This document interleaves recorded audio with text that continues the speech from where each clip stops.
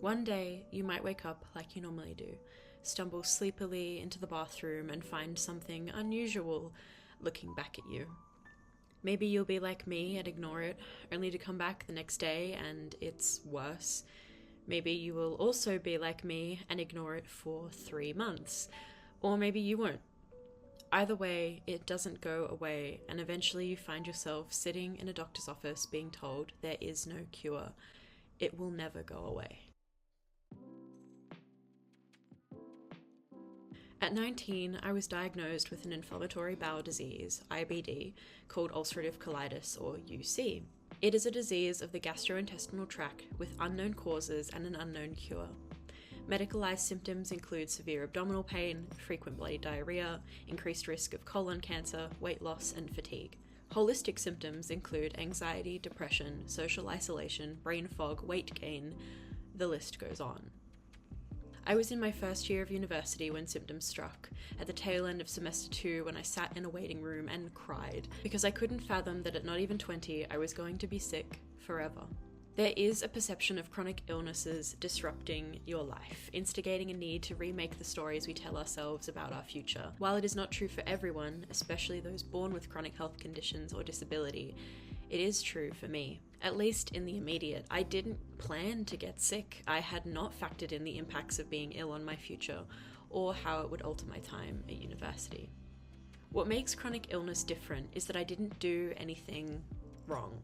I didn't partake in risky behaviors. I didn't do too much or too little of something I should or shouldn't have been doing. It just happened.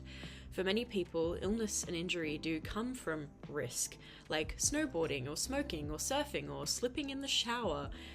Many, but not all of these people can heal from these incidents. So what happens when you aren't in charge of how or why your illness appeared? You can't get better, you won't die, but you're stuck in the space between functionality and non-functioning. In a recent survey, participants with UC reported significantly more worry about their disease complications, depression, and embarrassment than patients with other chronic conditions.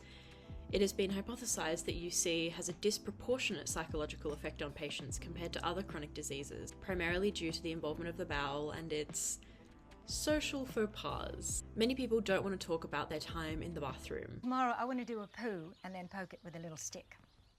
Let alone the complications that can come from it. It's hard to comprehend the long history of shit that came before you because it's unlikely your ancestors and relatives wanted to write it down or talk about their pooping habits. Heart disease, diabetes, cancers, these are all tragedies. They can be discussed, maybe, in polite conversation with a tone of sympathy. But bowel disease? No one wants to talk about Pop's poop over tea. It is said that these social stigmas dramatically impact those with UC's quality of life, touching psychological, physical, sexual, and social domains, leading to further negative consequences and the desire to be separate from group interactions. As an adult, there is an expectation that you have mastery over your body. To lose control of your guts is embarrassing and it's sad, it's dirty, and it's a mess often reserved for the elderly or the infant.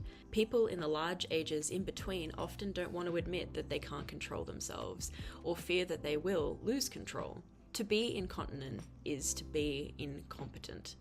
For me, remission means that I am fairly certain I will be able to control myself and have an adequate warning of an incoming trip to the toilet, but that is not always the case. For example, for months my urgency was urgent. And while inconvenient, the absence of visible blood led me to believe I was just stressed, that once the semester finished my bowels would return to normalcy. They did not. Instead, I got a 40-degree fever and a stay in the local hospital as they tried to figure out what was going wrong. Because of this, I missed my flight to Korea and a summer at an international school that I had worked hard to get into. But this experience is not an uncommon one. Most people with IBD do not regard their symptoms or flares as unusual. Physical symptoms, their consequences and relapses are often regarded as normal by people with this disease, regardless of severity. Additionally, the culture of shame around the bathroom leads to instances like this going overlooked or under-examined. For some people, it's hard to go to the doctor and tell them about your urgency, let alone your friends and family who might want to help you. Disability and incompetence are intricately entwined with the neoliberal notions of self-worth, with productivity, work, and busyness the gold standard of functionality and therefore value. Taking a 3-course load each semester, graduating a year later than I expected, there is a feeling of shame. Not doing things on time or being late does often feel like a weakness, and culturally it is taught to us that it is. It is reported that those who continue to work through their illnesses make the mythos of a cultural hero.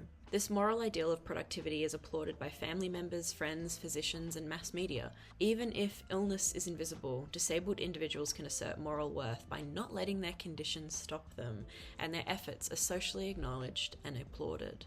The category of disability is often tied up with work and economic structures, often with disability becoming a medical and legal category that can justify segregation and institutionalization. If you can't work, you're not a proper, functioning member of society. Before I was diagnosed with my IBD, I wondered if I really was disabled. Once I started flaring, I felt a kinship to the term disability that I hadn't before. Now, I often find myself fluctuating between identifying and feeling guilt about the label. I don't look disabled. I often don't even act disabled, whatever that might mean, but my condition does disable me. I have spent enough time in hospital beds and on toilets to know this, yet I still feel guilt for using the disabled toilet, even when I know that waiting is not an option. But what if someone in a wheelchair or has another mobility issue needs the stall? Maybe we just need another disabled stall. Who assumes that only one disabled person is visiting a space at any given moment anyway?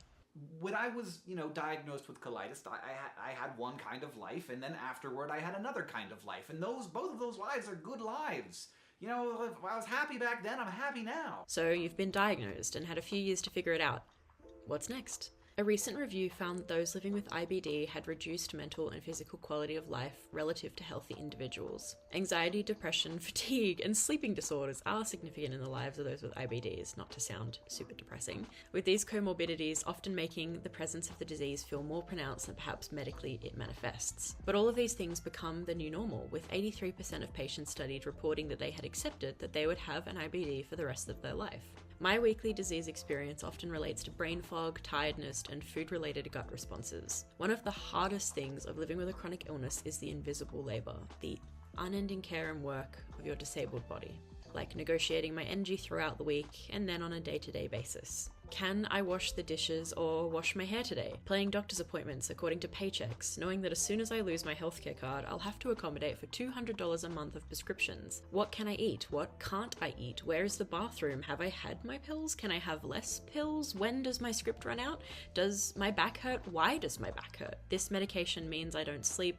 This sleeping medication doubles my chances of heart disease. What will get me first? My colonoscopy is next month. Do I have the time to take off? Do I have the food required? Who will take me to the hospital? Prominent disability activist Harriet McBride Johnson writes, "Are disabled people worse off?" I don't think so. Not in any meaningful sense. There are too many variables. For those of us with congenital conditions, disability shapes all we are. Those disabled later in life adapt. We take constraints that no one would choose and build rich and satisfying lives within them. We enjoy pleasures other people enjoy, and pleasures peculiarly of our own. We have something the world needs. I think that living with a chronic illness has informed the last 5 years of my life. I've missed trips and social gatherings and some food, but I've also felt a resonance with the disability community. I feel as though I am more open-minded, empathetic, and understanding. I've felt these little pleasures that those who are not disabled may have not. Troubles in the toilet make a good poo feel all the more of an achievement. I have made people laugh and hopefully feel more connected through the stories of my disease. I'm always open for a good chat around your bowel movements, what's healthy, what's not. And I'm a strong campaigner for things like the National Bowel Cancer Screening Program. It has also been a great test of character. If someone can't put up with my shit, then I know that they aren't worth me giving a shit about them. The more that people talk about what's wrong with them, the more that we can help others understand that there is nothing wrong with themselves. A world with disability is colourful and bright and full of all these beautiful diversities, regardless of your competence or incontinence.